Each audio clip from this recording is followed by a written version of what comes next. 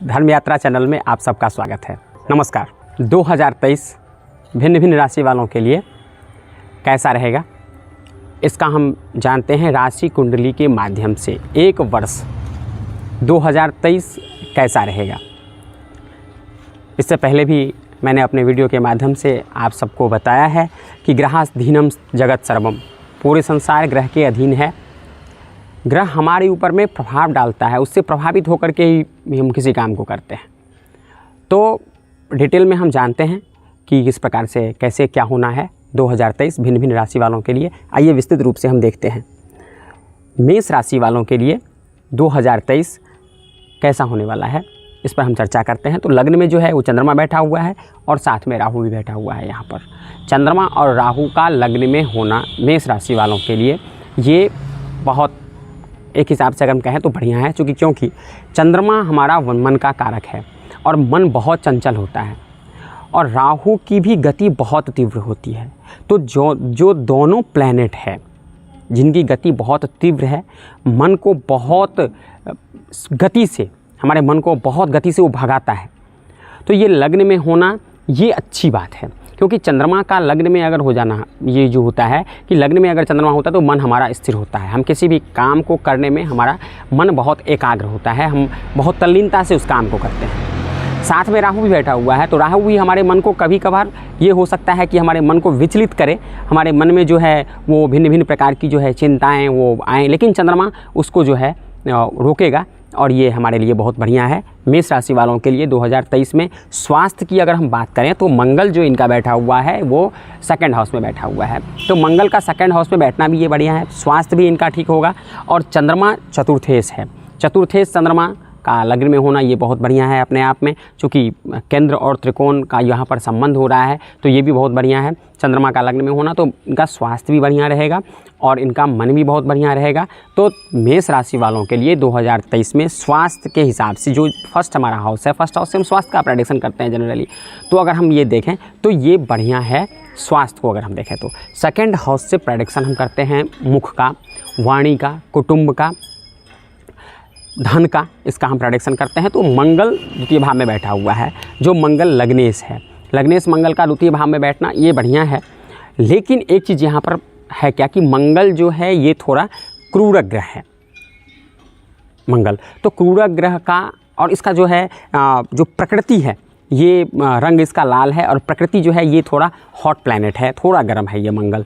तो मंगल का द्वितीय भाव में होने से, और द्वितीय भाव से प्रेडिक्शन हम नेत्र का करते हैं, तो द्वितीय भाव में मंगल होना थोड़ी सी नेत्र में परेशानी हो सकती है, ईचिंग समस्या हो सकती है नेत्र में। रेड कलर का जो है कभी कभार हमारा आँख जो है वो लाल हो जाता है, पानी कभी कभार निकलने लगता है। तो पानी की समस्या चंद्रमा को हमसे देखते हैं, लेकिन मंगल में भी कभी कभार जो है वो पानी देखा जाता है, इस तरह से कि आँख से पानी आना, इस तरह की समस्या हो सकती है। और एक जो सबसे बड़ी समस्या है वो ये है कि वाणी का प्रेडिक्शन हम करते हैं सेकंड भाव से। और मंगल जो है मैंने बताया है अभी कुछ क्षण पहले कि मंगल का जो स्वभाव है वो थोड़ा गर्म स्वभाव का है, तो आपकी वाणी में भी थोड़ी बहुत क्रूरता हो सकती है।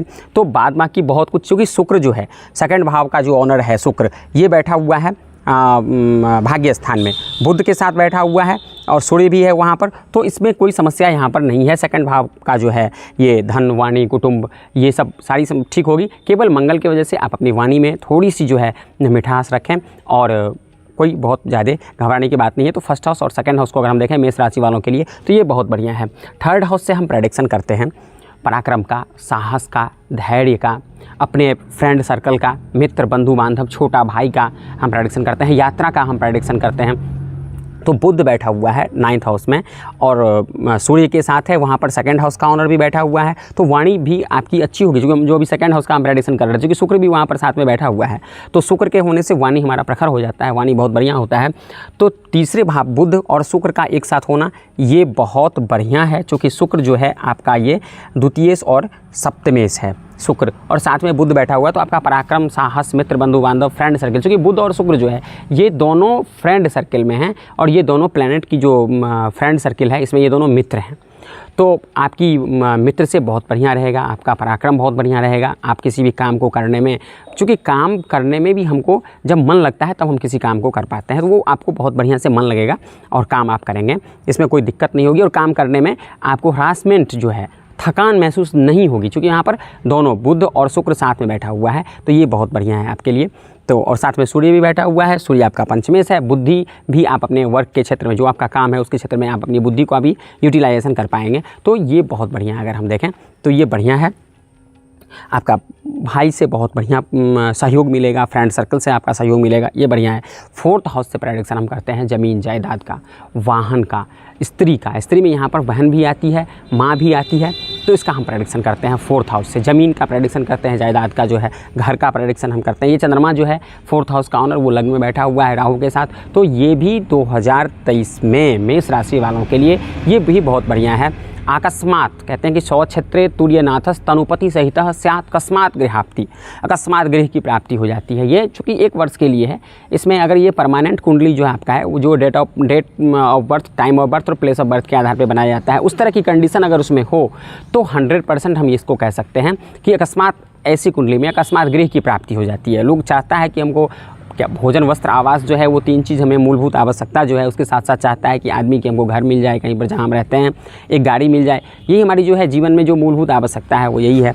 तो अगर ये परमानेंट कुंडली के हिसाब से अगर हम देखें तो इस तरह की कुंडली में अकस्मात गृह की प्राप्ति हो जाती है, लेकिन उसमें थोड़ा महादशा और अंतर्दशा का भी प्रेडिक्शन करना आवश्यक हो जाता है। 5th हाउस से हम प्रेडिक्शन करते हैं विद्या, बुद्धि, संतान का।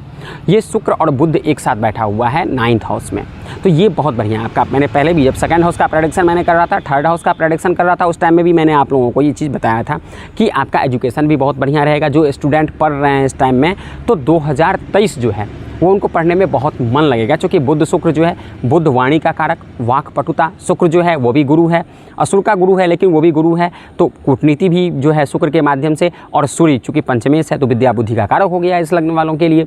तो अगर कंक्लूजन के हम तौर पे देखें तो बुध शुक्र और सूर्य की युति जो 9th हाउस में हो रही है, ये बहुत बढ़िया है। तो 5th हाउस को अगर हम देखें तो संतान का सुख जो है ये भी बहुत बढ़िया मिलेगा, संतान से आप बहुत प्रभावित रहेंगे और वो अपने वर्क से, अपने काम से, अपने संस्कार से आपको खुश रखेगा, ये चीज़ है। 6th हाउस से हम प्रेडिक्शन करते हैं जनरली कॉम्पिटिटर और रोग का।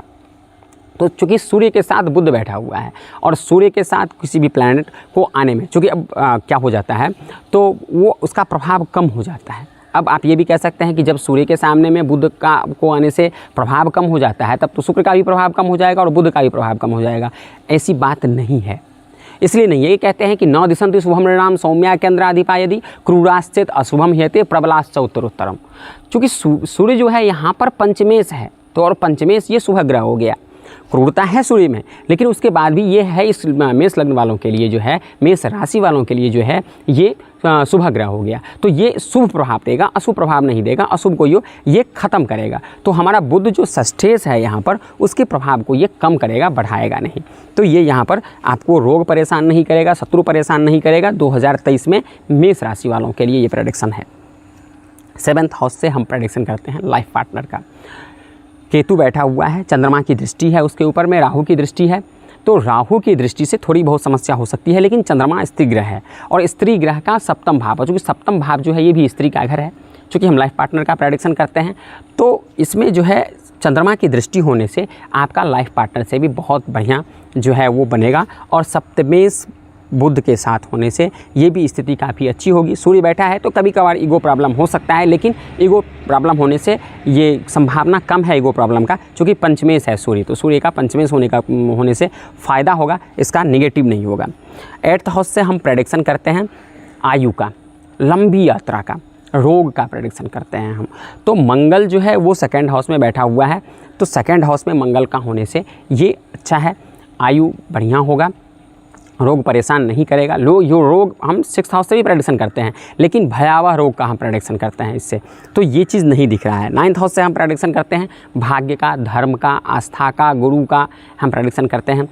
तो इसमें अगर हम देखें तो सूर्य, शुक्र और बुध ये बैठा हुआ है, और साथ में एक चीज़ देखें कि भाग्येश जो है वो स्वगृही बैठा हुआ है 12th हाउस में, मीन का। तो मीन का बृहस्पति का होना ये स्वगृही हो गया। वैसे 12th हाउस में बृहस्पति का होना ये अच्छा नहीं था, लेकिन चूँकि ये अपने भाव का बैठा हुआ है, अपने घर का बैठा हुआ है, तो ये बढ़िया है। इसलिए आपका भाग्य जो है वो धर्म के क्षेत्र में भाग्य किसी भी काम में ये नहीं होगा कि आप भाग्य के लिए वंचित हो रहे हैं किसी भी काम को करने में, ये बहुत बढ़िया रहेगा। और शुभ ग्रह जो है शुक्र भी शुभ ग्रह है, बुध भी शुभ ग्रह है, सूर्य भी है, तो पराक्रम के क्षेत्र में भी बहुत बढ़िया होगा।